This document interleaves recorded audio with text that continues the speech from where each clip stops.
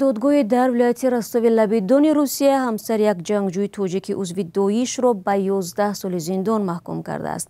مدینه بندرینکا همسر پرویز سیدرحمانوف که در صف داعش با نام ابو داوود شناخته میشد، سال گذشته از تاجیکستان به روسیه استرداد گردید. مقامات تاجیک او و شوهرش را با 4 کودک نابالغ سال 2022 از ترکیه به دوشنبه آورده بودند. در تاجیکستان ابو داوود را سال گذشته به 21 سال زندان محکوم کردند. همکارم مومین احمدی موضوع را پیگیری کرده است و حالا در استودیو در بر من است. درود مومین. خوب، دلیل زندانی کردن همسر ابو داوود چی بوده است؟ سلام شهلا، سلام بینندگان عزیز. یک تن از نزدیکان مدینه بندرینکو که از جریان دادگاه خبر داشته است در صحبت با رادیو آزادی گفت که او را با عضویت در سازمان تروریستی ایبدار کردند. مدینه آسیتین تبار و شهروند روسیه بوده. از ابو داوود یا پرویز سیدرحمانوف 3 طفل دارد.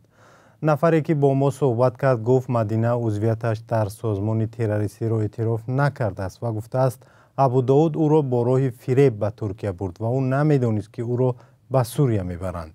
ولی پرویز سیدرحمانوف به مفتشان روس در دوشنبه بیانات داده است که همسرش از اول میدونست که او در سوریه است و سال 2017 نزد او آمده بود.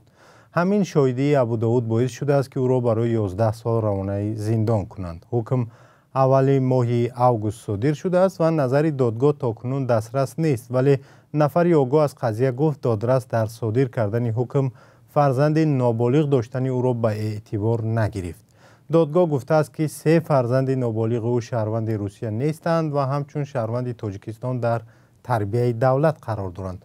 واقعا سال گذشته وقتی مدینه بندرینکو را به روسیه استرداد کردند 3 فرزندش را به او ندادند. تلاش‌های نزدیکانش برای آوردن فرزندان او به روسیه تاکنون نتیجه نیز نداد. مومین، فرزندان این زن و عموما دیگر کودکانی که از سوریه و عراق آورده شدند در کجا نگهداری میشوند و چرا به آسانی آنها را به نزدیکانشان نمیدهند؟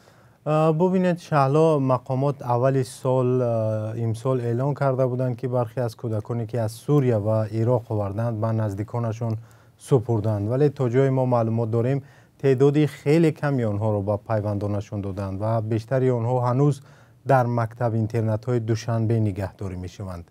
اکثر این کودکان به اصطلاح یتیم کل هستند. پدر و مادرانشان یا کشته و ناپدید شدند یا به سالهای طولانی در سوریه و عراق زندانی هستند.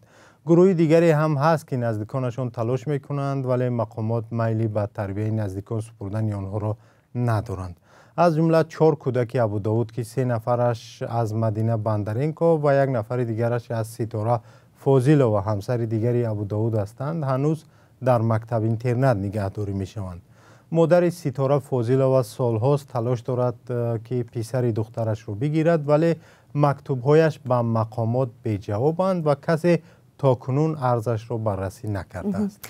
تشکر مومین. بینندگان عزیز، یادآور می شوم که تاجیکستان در 5 سال اخیر نزدیک 400 زن و کودک را از سوریه و عراق به وطن برگرداند و هنوز هم تعداد دیگری در پناهگاه الحولی سوریه نگهداری می شوند. سلام، اگر خط و خبر می خواهید ما داریم. نوید بامدادی، سرخط خبرها، اخبار تاجیکستان و جهان، گزارش ها و تحلیل ها. چی می گذرد و چرا؟ دانستن فهمیدن است. زمینه یا اپ ما را بگیرید.